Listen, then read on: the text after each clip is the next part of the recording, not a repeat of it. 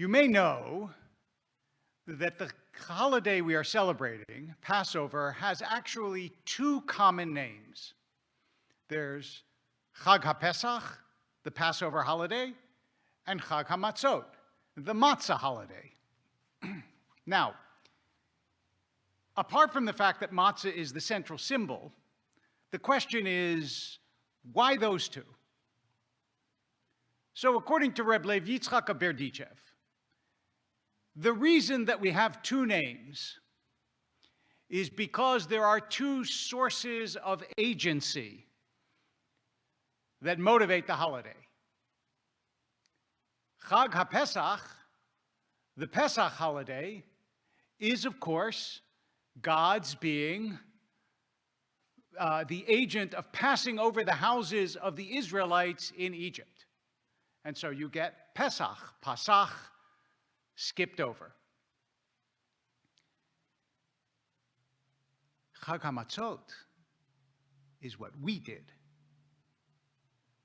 We are the matzah holiday because it took both to create the Exodus from Egypt. God can't take the children of Israel out if they don't leave. And the children of Israel cannot leave if God doesn't take them out. And this leads to a feature of the Pesach holiday that wends its way throughout Jewish life until this very day, as illustrated beautifully by Carrie Lehrman's earlier talk on the contribution of American Jews to saving this land, to winning the war, and to our remarkable congregant Abe Zarum. Because in order for the Israelites to leave, frightened as they were, and they were clearly terrified, it took courage. Nachshon, according to the rabbis, as all the Israelites were lined up at the sea, and the sea refused to part, Nachshon jumped in, and the sea parted. And it was that act of daring, of brio, of courage that precipitated the march across the sea and safety on the other side. That's a kind of physical courage. I'm going to jump in. But of course, physical courage never comes alone, and it is intertwined with emotional courage. And emotional courage, too, has been a feature of the Jewish tradition from its inception. You cannot learn Torah, say the rabbis, unless you are patuach kamidbar, open like a desert. In other words, you have to be vulnerable, open, willing to receive, have emotional strength and courage in order to really study Torah. You can study Torah if you're not, but it won't change you. To be changed takes guts. To be different is hard. And the emotional courage of studying Torah, not only so that you go through the Torah, but so that the Torah goes through you, that's emotional courage and spiritual courage. And the reason that I say this is an essential feature of the Jewish tradition for all of our history is because practically nothing takes more courage than being different. You have to be willing to be seen by other people in less than flattering and less than honored terms if you're different. And Jews, this is important to understand, throughout their history, chose to be different. And I say this because we know very well that some Jews decided they didn't want to choose that. And they disappeared to Jewish history. During the time of the Spanish Inquisition, many Jews chose to assimilate and were lost forever. And every now and then you hear in modern times that this family or that family discovers they had Jewish ancestry. Well, what happened to all those people? They decided they did not have the courage to choose to be different.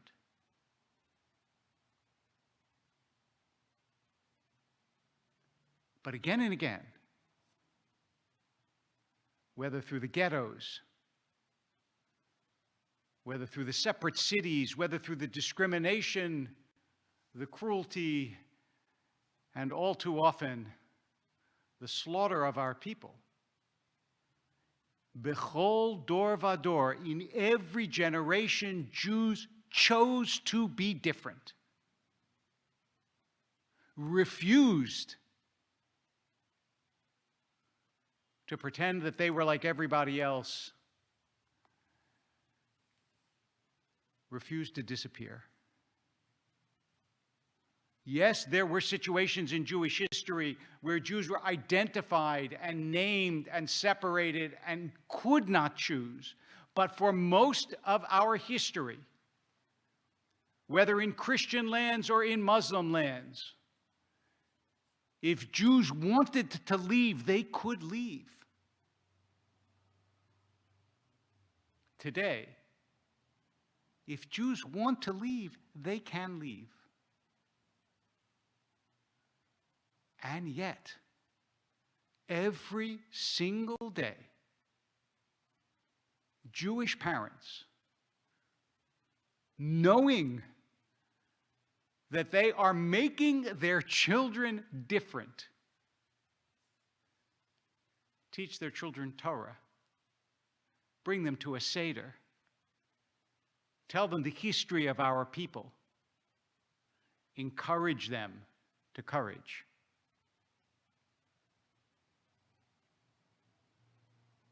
The Berditchever Rebbe was right. We have to choose the matzah. God can pasach. The angel can jump over our houses, but unless we choose the matzah, the entire enterprise is over. And that takes courage. The people who you saw today, the members of our men's club, with all their different backgrounds from different parts of the world, they, their parents, their grandparents, their great-grandparents, all chose to be different. All decided for the matzah. All realized that the essential quality to lead your own life is to have courage. This holiday, in its waning days, reminds us that it is not enough to free a people. That people has to walk to freedom. That you cannot force someone else to be free. That you cannot make someone else responsible.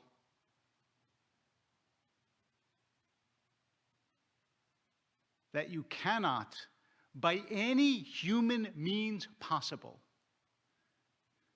get people to eat matzah for 3,000 years.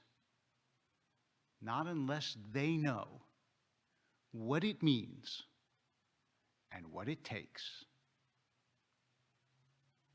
So on this day, on Pesach, when we celebrate God's deliverance, we also celebrate the creation of the Jewish people, because that's what Pesach is.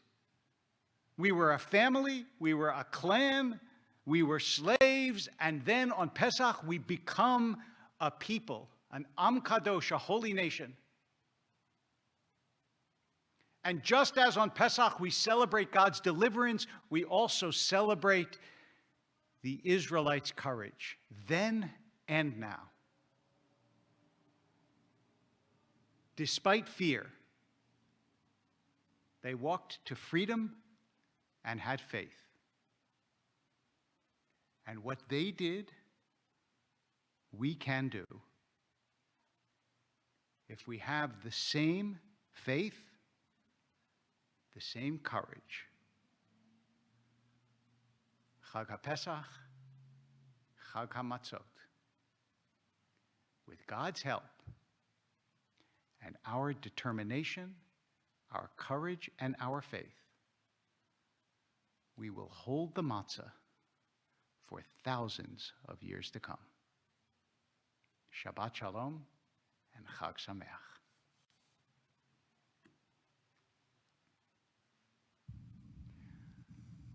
We continue our service this morning on page 204. Page 204 with Ein Kelohenu. And it is our honor to invite our dear friend who leads us in Ein Kelohenu, especially on the high holidays and on Men's Shabbat, Mr. Edia Mir Haruni,